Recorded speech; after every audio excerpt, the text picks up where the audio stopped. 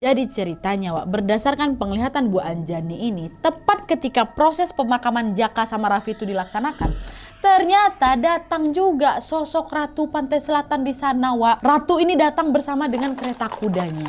Dan bisa kalian tebak di mana persisnya sosok Ratu itu berada? Kereta kuda itu berhenti di atas atap rumahnya Ilham sama Raffi, Wak. Ya memang sederet tuh, Wak. Itulah kenapa teman-teman yang kemarin ikut ke pantai itu pada ketakutan, karena ternyata mereka semua yang pucat tiba-tiba itu mendengar, Wak, suara dari kereta kencananya Ratu itu. Tapi Edwin bisa sampai dia pingsan itu gara-gara Edwin bisa melihat langsung sosok Ratu itu lagi melotot ke arah mereka. Edwin aja nengok kawan-kawan yang lain nggak cuma dengar suaranya udah pucat mereka tuh. Nah sampai di sini pasti banyak di antara kalian yang mengira kalau meninggalnya Ilham, Jaka dan Raffi ini disebabkan oleh sesuatu yang berkaitan dengan mitos-mitos Pantai Selatan kan. Tapi bentar dulu, Wak, ceritanya nggak selesai sampai di sini aja. Seperti yang aku bilang di awal tadi, kisah ini tuh ada plot twist besarnya menurut Fauzan.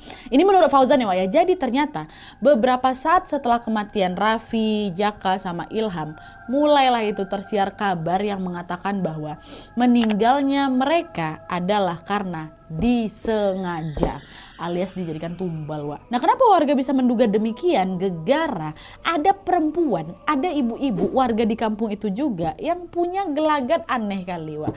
Sebut aja lah namanya Bu Mirah ya. Ini menurut Fauzan nih, Wak, ya, sudah menjadi rahasia umum kalau Bu Mirah ini pakai pesugihan. Karena pernah pada suatu hari nih ada tetangga yang diminta tolong buat ngecat rumahnya Bu Amirah ini.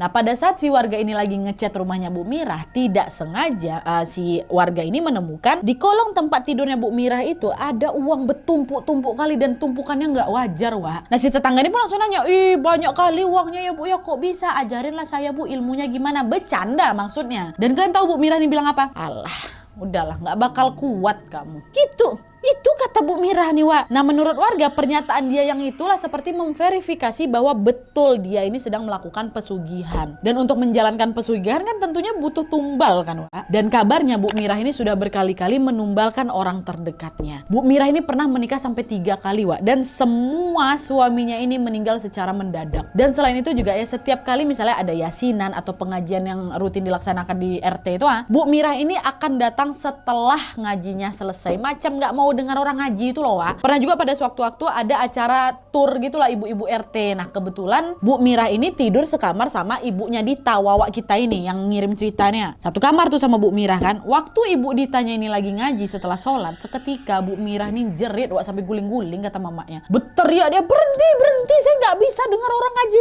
berhenti, badan saya dingin semua, katanya ngamuk dia. Dan inilah bagian plot twistnya. Kalian tahu Bu Mirah ini siapa?